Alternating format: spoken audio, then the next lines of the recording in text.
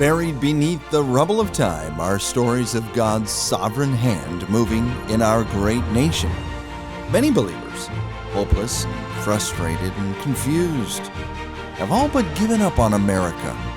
But we have faced dark times before, and by divine providence, overcome. From our studio on Capitol Hill, I'm your host, Brad Wells, with Pastor Mike Creed, Joe Kirby, and Andrew Friedenstein. What do cornstalk grave markers and one candle tell about the early settlers of the New World? Take a moment with us to look back and find hope from history. As the chilling winds of November iced the Mayflower, 41 pilgrims within her cabin were signing the Mayflower Compact in the year 1620.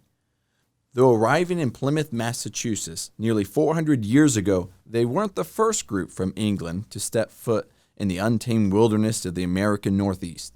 13 years earlier, in 1607, the Virginia Company of London had sent 104 men and boys to establish Jamestown in Virginia. But within 3 years, 80 to 90% of them had died due to starvation and disease. While the Jamestown colony was solely a financial endeavor, the Pilgrim's sole purpose as a group of separatists was for religious freedom, being only governed by the laws of Christ and not the state church. To many it seemed impossible or foolish at best, but the Pilgrims, knowing that they had staked their lives upon a venture for religious freedom, disembarked the Mayflower with this single piece of paper in their hand as their governing document, the Mayflower Compact. So what made this document so special or unique? The Mayflower Compact had four general premises. We understand that they wrote their own governing laws, which this was unheard of in that time. And then two, they based it on biblical principles. For instance, all throughout you'll read, in the name of God, or to the glory of God, or glory to God. Three, it treated all men equally as individuals. Number four, they were mutually committed to working together for the good of all, as shall be thought most meet and convenient for the general good of the colony, unto which we promise all due submission and obedience. So does that mean that they were all living communally? Well, yes. At the first, farmland was common, but as some men were more industrious than others, some hardly contributed at all, and conflicts arose, and eventually things were divided up. You'll remember hearing about 2 Thessalonians 2 and verse 10 being quoted, if a man does not work, neither should he eat. Well, it just seems like some folks like to argue that Jesus was a socialist, and especially go back to the book of Acts chapter 4, where they note that they had all things common. Well, let me jump in here. In regards to Acts chapter 4, what they forget to talk about is the fact that everyone within that church gave of their own free will to meet the needs of others. There is no government confiscation and redistribution of wealth. The state is completely absent from that account. And because the state is absent, there's no force. And we find that William Bradford, as they were going along in this community, all of a sudden he found some folks were not working, some were going to the fields. And so he got together with the leadership, and they gave each person a parcel of land according to their family. They gave folks seed to plant. And we find that folks began to get up. Women began to take children to the fields. The gardens began to produce, and great things took place there. Yeah, well, they went from a deficiency before they started that system. When they had communal living, they had deficiency, they didn't have enough food. Well, then after they divided up, and okay, if you're working, you get the fruits of your own labor. All of a sudden now they had a huge surplus. So the Pilgrims make this long journey across the Atlantic for religious liberty. Then they agree together to sign the Mayflower Compact, step foot into the New World on the onset of winter, and then... Well, unfortunately, the next item of business for them was to bury their dead. Oh, my goodness. Many didn't survive the long voyage, and so you're on a boat in the middle of the ocean, right? And they just wrapped up the dead people as best they could and waited till they got to the new land, America, to bury them on soil. And so then after they buried them, they started to prepare for the first winter, and it was an incredibly harsh and unforgiving winter. In fact, in the first couple months, half the colony died. Wow.